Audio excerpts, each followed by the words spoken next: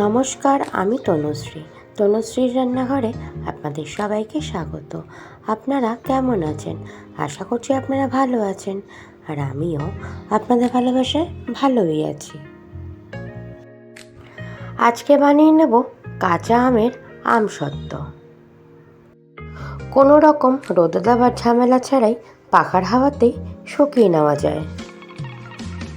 টক ঝাল মিষ্টি আর খেতে হয় দুর্দান্ত। পুরনো বন্ধুদের অসংখ্য ধন্যবাদ আমার পাশে থাকার জন্য।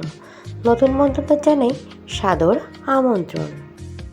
দেখুন, দেখে কতটা লোভনীয় মনে হচ্ছে, আর স্বাদ হয়েছে অসাধারণ।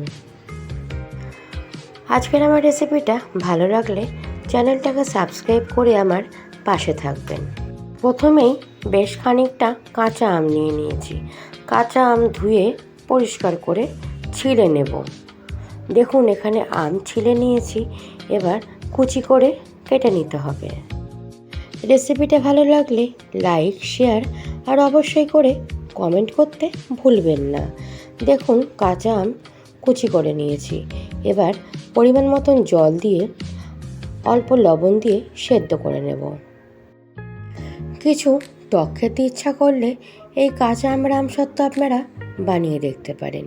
স্বাদ হয় অসম্ভব সুন্দর। আমরা তো বাড়িতে পাকা আমের আমসত্ত্ব খেয়েই থাকি। একবার এই কাঁচা আমের আমসত্ত্ব ট্রাই করতে পারেন। দেখুন, আমটা সেদ্ধ হয়ে গেছে। আমি ঠান্ডা করে নিয়েছি। চামচ দিয়ে স্ম্যাশ করে নিয়েছি। ছাঁকনির সাহায্যে আমের পাল্পটা পুরো বের করে নেব। দেখুন, সম্পূর্ণ পাল্প বার করা হয়ে গেছে। আমার এখানে হাফ বাটি পরিমাণে ম্যাঙ্গো পাল্প বেরিয়েছে, আর এখানে এক বাটি পরিমাণে চিনি নিয়েছি। চিনির পরিমাণটা আপনারা বাড়িয়ে কমিয়ে নিতে পারেন। দেখুন, কড়াইতে চিনি দিয়ে দিলাম, আর ম্যাঙ্গো পাল্পটা সম্পূর্ণ দিয়ে ভালো করে নাড়াচাড়া করে একটু মিশিয়ে নিতে হবে। আজকের আমার রেসিপি যদি আপনাদের ভালো লাগে, স্কিপ না করে সম্পূর্ণ দেখার অনুরোধ রইল।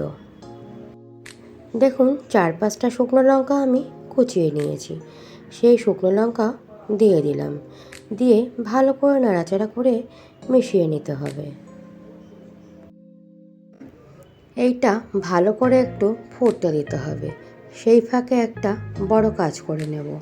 যেই থালায় আমি আমসত্ত্ব সেট করব, সেই থালায় সামান্য পরিমাণে ঘি দিয়ে ভালো করে মেখে রাখতে হবে।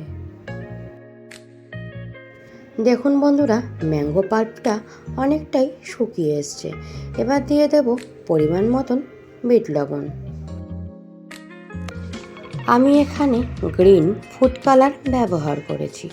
এইটা সম্পূর্ণ অপশনাল, কারণ আমি ভিডিও করি আর দেখতে সৌন্দর্যের জন্য ব্যবহার করেছি। আপনারা চাইলে সম্পূর্ণ স্কিপ করতে পারেন।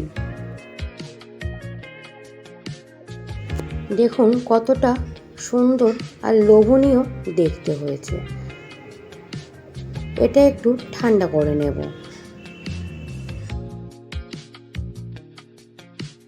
দেখুন, আগের থেকে অনেকটাই ঠান্ডা হয়ে এসছে। এবার যেই পাত্রে আমি ঘি মাখিয়েছিলাম, সেই পাত্রে সম্পূর্ণ ঢেলে দিতে হবে।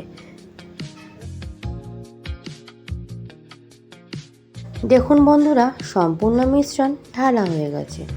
আমি হাতের সাহায্যে একটু ট্যাপ করে সমান করে নেব। রোদে দেওয়ার কোনো ঝামেলা ছাড়াই ঘরে পাখার হাওয়াতেই 3 থেকে 4 দিন ভালো করে শুকিয়ে নিলেই তৈরি হয়ে যাবে কাঁচা আমের আমসত্ত্ব। দেখুন, সম্পূর্ণ শুকিয়ে গেছে।